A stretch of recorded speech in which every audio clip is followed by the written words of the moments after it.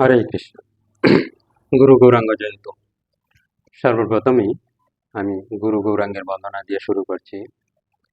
আজকের বিষয়টি হলো অক্ষয় তৃতীয়া 2026 সালে কখন পড়েছে এবং কখন থেকে শুরু এবং কখন গিয়ে শেষ হচ্ছে এই বিষয়টার উপরে ভিডিওটা করছি। তো আপনারা এই ভিডিওটা সম্পূর্ণ দেখবেন, তাহলে অনেক কিছু জানতে পারবেন। অক্ষয় তৃতীয়া পালন করলে কি হয়, অক্ষয় তৃতীয়াতে কি কি করা যাবে, কি কি করা যাবে না, এবং অক্ষয় তৃতীয়াতে কি কি করণীয় এবং কি কি পালনীয়, এবং অক্ষয় তৃতীয়ায়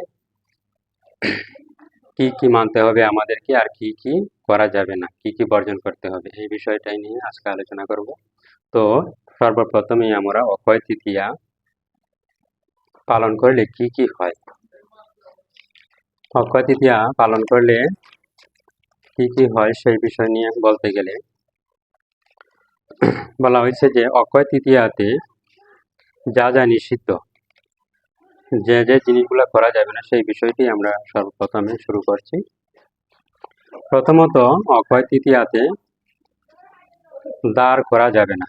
দাঁড় করা যাবে না মানে টাকা পয়সা দেনা করা যাবে না, কারো কাছ থেকে টাকা পয়সা আনা যাবে না, তাহলে এটা ঋণগ্রস্ত হওয়া হয়। অক্ষয় তৃতীয়াতে আপনি যেদিন যা কিছুই করবেন তাই অক্ষয় হয়ে থাকবে, তাই আপনার এই ঋণটাও যদি ঋণ করেন তাহলে এই ঋণটাও অক্ষয় হয়ে থাকবে। এটা আপনি সুদ করার চেষ্টা করলেও শেষ হবে না। দ্বিতীয়ত হলো ঝগড়াঝাটি করা যাবে না। 2 নম্বর, ঝগড়াঝাটি করা যাবে না। ঝগড়াঝাটি করলে এর ফলও অক্ষয় হয়ে থাকবে, এর যে প্রভাবটা এটা অক্ষয় হয়ে থাকবে। এবং কাউকে অপমান করা যাবে না, কাউকে এমন কোনো কথা বলা যাবে না যাতে সে কষ্ট পায়। এই দিন কাউকেই অপমান করা যাবে না, আঘাত করা যাবে না। তৃতীয়ত হলো আপনার আমিষ আহার করা যাবে না। আমিষ আহার এদিন বর্জনীয়, অর্থাৎ তামসিক আহার এদিন বর্জনীয়। তামসিক আহার করা যাবে না। তামসিক আহার পাপময় আহার করা যাবে না। এই দিন ভগবানকে ভোগ নিবেদন করে আপনারা ভগবানের প্রসাদ সারাদিনই পেতে পারেন, তাহলে এটা অক্ষয় হয়ে থাকবে। ভগবানের প্রসাদ যে গ্রহণ করছেন তার অক্ষয় ফল প্রাপ্ত হবে। আর ওই দিন যদি আমিষ আহার করেন, পাপ করেন, তাহলে এই পাপটাও অক্ষয় হয়ে থাকবে। চতুর্থত, নেতিবাচক কোনো কিছু কেনা যাবে না। নেতিবাচক কোনো কিছু কেনা যাবে না, অর্থাৎ ধারালো জাতীয় কোনো কিছু কেনা যাবে না। লৌহ এবং দস্তা জাতীয় কোনো কিছু কেনা যাবে না। স্বর্ণ রৌপ্য এগুলো কিনতে পারেন, কিন্তু ধারালো জাতীয় ছুরি, কাঁচি, দা, বটি এইগুলো কেনা যাবে না ওই দিন। এগুলো হলো নেতিবাচক। ওই দিনে স্বর্ণ কিনতে পারেন, রৌপ্য কিনতে পারেন, এগুলো পজিটিভ ফল দেয়। এবং আপনার 5 নম্বর হলো অতিরিক্ত বিলাসিতা থেকে বিরত থাকতে হবে। মানে ওই দিন অতিরিক্ত বিলাসিতাও করা যাবে না। তাহলে কি হবে যে না, আমাদের যে সত্ত্বগুণ আছে সেই সত্ত্বগুণটা ওই দিন নষ্ট হয়ে যাবে। সত্ত্বগুণে থাকলে আমরা সাত্ত্বিকভাবে চলাফেরা করতে পারবো। তাহলে আমাদের সত্ত্বগুণের যে প্রভাবটা সেই প্রভাবটা আমাদের মনের মাঝে থাকবে। আর মন যখন সাত্ত্বিকভাবে থাকবে, সত্ত্বগুণে থাকবে, তখন আমরা শুদ্ধভাবে চলাফেরা করতে পারবো। আর তামসিক আহার করলে তমগুণের প্রভাব বৃদ্ধি পায়, তার জন্য আমাদের মন মস্তিষ্ক সবকিছুই দূষিত হয়ে যায়, তখন দূষিত চিন্তা ভাবনা মনের মাঝে আসে। তো অক্ষয় তৃতীয়াতে আপনি যা কিছু করবেন সবকিছুই অক্ষয়, মানে অক্ষয়, তার ক্ষয় নেই। তাই ওই দিন আমরা যা কিছুই করব সবকিছুই যেন নেতিবাচক হয়, ধার্মিক হয়, সত্যগুণের হয়, পুণ্যকর্ম হয়, তাহলে আমাদের এই পুণ্যকর্মগুলো অক্ষয় হয়ে থাকবে। আর তার বিপরীতে যদি আমরা পাপ কর্মে লিপ্ত হই তাহলে ওই পাপ কর্মটাও অক্ষয় হয়ে থাকবে। তো এর জন্য অবশ্যই ওই দিনটাকে কি করতে হবে, খুব সুন্দরভাবে কাটাতে হবে, যার ফলে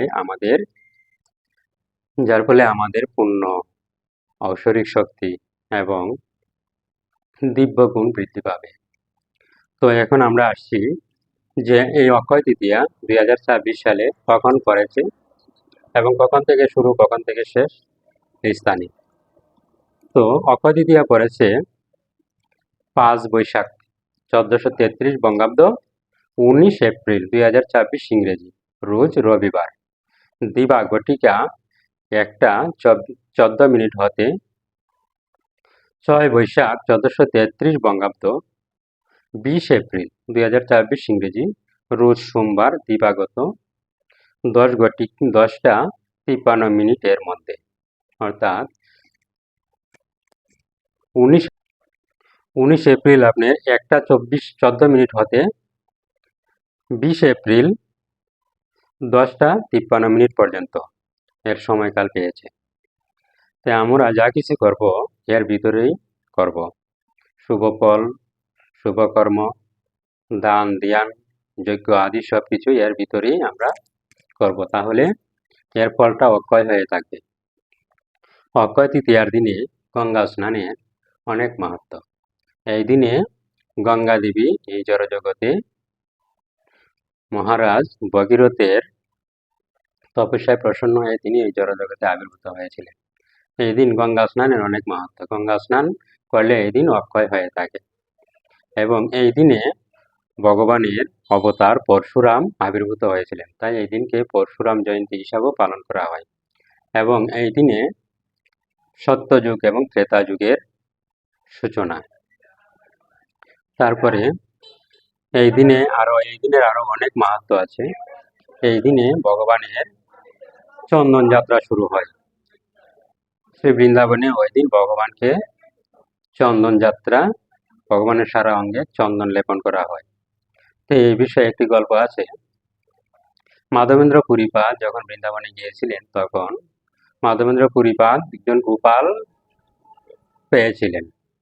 তো তিনি যখন এই গোপালকে প্রতিষ্ঠিত করে যখন সেবা পূজা দিতে থাকেন, তখন এক সময় বৈশাখ মাসের অক্ষয় তৃতীয়া আগমনের পূর্বে চৈত্র মাসে তিনি ভগবান গোপালের স্বপ্ন আবার পুনরায় পান। তখন ভগবান গোপাল বলছেন যে, মাধবেন্দ্র তুমি আমাকে চন্দন লেপন করো। তখন বলছে, আমি চন্দন কোথায় পাবো? তুমি মাধবেন্দ্র পুরীপাদকে বললেন ভগবান যে, তুমি ইয়েতে যাও, পুরীধামে যাও, জগন্নাথ পুরীতে যাও, সেখানে গিয়ে মলয় চন্দন সংগ্রহ করে নিয়ে আসে, এনে আমাকে দাও।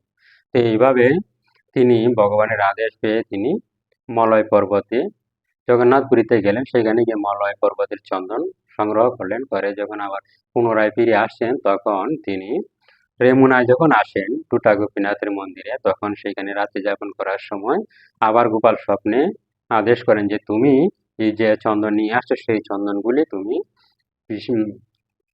এইখানেই আমার শরীরে লেপন করে দাও। চন্দন বেটে সেইখানেই যে গোপীনাথ আছে সেই গোপীনাথের শরীরেই চন্দন লেপন করো, তাহলেই আমি পেয়ে যাব।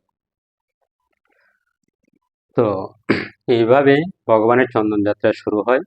তো এই চন্দন যাত্রা যে শুরু হয়, এই তিথিটা হলো এই অক্ষয় তৃতীয়া থেকেই ভগবানের চন্দন যাত্রা শুরু হয়।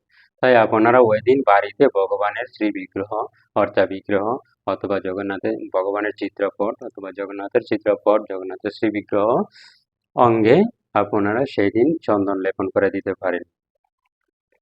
তাহলে ভগবানের সেবা হবে এবং ভগবানের বিশেষ কৃপা লাভ হবে। চন্দন যাত্রা এই দিনে শুরু হয় এবং আরো অনেক মাহাত্ম্য আছে। যখন এই অক্ষয় তৃতীয়াতে আপনারা যদি ব্যবসায়ী কোনো কাজকর্ম করেন, ওই দিন শুরু করতে পারেন। তাহলে কি হবে, ওই দিন বৈভব লক্ষ্মী আশীর্বাদ প্রদান করেন, বৈভব লক্ষ্মীর কৃপা প্রাপ্ত হওয়া যায়। ওই দিনে কুবের দেব ভগবান শিব শঙ্করের কাছ থেকে বিপুল ধন ঐশ্বর্যের কৃপা আশীর্বাদ লাভ করেছিলেন। ওই দিন কুবের দেব বৈভব লক্ষ্মীর আশীর্বাদ লাভ করেছিলেন। ওই দিন কুবের দেবের লক্ষ্মী লাভ হয়েছিল। তো আপনারা যারা ব্যবসায়ী তারা ওই দিন শুভ হালখাতা করতে পারেন এবং ওই দিন নতুন ব্যবসা শুরু যারা করতেছেন নতুন ব্যবসা শুরু করতে পারেন। খুব শুভ দিন। ওই দিনে কোনো সময় দেখতে হয় না, তৃতীয় দেখতে হয় না। ওই দিন সারাদিনই আপনি শুভ, সব সময়ই শুভ। অন্যান্য দিনে তো তিথি দেখতে হয়, কাল দেখতে হয়, সময় দেখতে হয়, বার বেলা দেখতে হয়, কাল বেলা দেখতে হয়। ওই দিনের এইগুলা কোনো কিছু নাই। এই দিন সম্পূর্ণ দিনটাই অক্ষয়, মানে ওই দিন আপনারা শুরু করতে পারবেন যে কোনো সময়। এবং অক্ষয় তৃতীয়াতে ভগবানের যত সেবা পূজা করবেন, ভগবানের বিধিবিধানার্থে যত কিছু করবেন, যা কিছু করবেন তার সব কিছুই অক্ষয় হয়ে থাকবে। তাই ওই দিন আমরা ভগবানের নাম কীর্তন, গুণকীর্তন, মহিমা কীর্তনে সারাদিন অতিবাহিত করব এবং ভগবানের সেবা পূজায় দিনটি অতিবাহিত করব। তাহলে আমাদের এই দিনটি পূর্ণরূপে অক্ষয় হয়ে থাকবে। এবং এই দিন বেশি বেশি করে হরিনাম জপ করবেন সবাই। হরিনাম জপের অত্যন্ত গুরুত্ব রয়েছে। মানে এই দিনটাতে অক্ষয় সমস্ত কিছু অক্ষয় হয়ে থাকে বলে ওই দিন যদি আমরা ভগবানের অক্ষয় তৃতীয়াতে ভগবানের নাম গুণকীর্তন মহিমা কীর্তন করি, হরিনাম জপ করি, তাহলে সবকিছু অক্ষয় হয়ে থাকবে, এর কোনো ক্ষয় হবে না।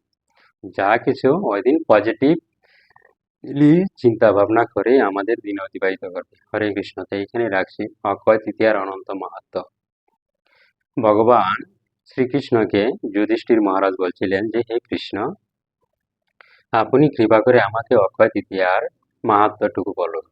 তখন ভগবান শ্রীকৃষ্ণ মহারাজ যুধিষ্ঠিরকে বলছিলেন যে, হে প্রথম পাণ্ডব, এই অক্ষয় তৃতীয়ার মাহাত্ম্য বলতে গেলে আমি এক কথায় বলবো যে এই অক্ষয় তৃতীয়ার মাহাত্ম্য অনন্ত, মানে এর মাহাত্ম্যের কোনো সীমা নাই। তো ভগবান শ্রীকৃষ্ণ যুধিষ্ঠির মহারাজকে বলছেন যে এর অনন্ত মাহাত্ম্য, এর কোনো সীমা নাই, ভগবানও এর সীমানা দিতে পারেননি। তাহলে আমরা বুঝতে পারলাম কি, যে অক্ষয় তৃতীয়ার এত মাহাত্ম্য, ওই দিন যা কিছু শুভকর্ম করা হবে সবকিছুর ফলই অক্ষয় হয়ে থাকবে। তাই সবার কাছে বিনম্র নিবেদন আমার যে আপনারা ওই দিন ভগবানের গুণকীর্তন মহিমা কীর্তন করে দিন অতিবাহিত করেন, হরিনাম বেশি বেশি করে হরিনাম জপ করেন, মালা জপ করেন এবং অন্যদেরকে উৎসাহ প্রদান করেন। হরে কৃষ্ণ। আর যদি আমার এই ভিডিওটা ভালো লাগে তাহলে আপনারা আমাকে সাপোর্ট করবেন এবং সঙ্গে থাকবেন, পাশে থাকবেন, লাইক কমেন্ট শেয়ার, এবং ইউটিউব থেকে দেখে থাকলে সাবস্ক্রাইব এবং ফেসবুক থেকে দেখে থাকলে ফলো করে দিয়ে পাশে থাকবেন। হরে কৃষ্ণ, হরি বল। জয় শ্রীকৃষ্ণ চৈতন্য প্রভু নিত্যানন্দ, শ্রী অদ্বৈত গদাধর শ্রীবাসাদি শ্রী গৌর ভক্তবৃন্দ। হরে কৃষ্ণ কৃষ্ণ কৃষ্ণ হরে হরে, হরে রাম রাম রাম হরে হরে। जय जय जगत शिल प्रभुपाद की जय, कृष्णचंद्र भगवान की जय, जय जय निताय गौर सीतानाथ प्रेमानंद हरि हरि।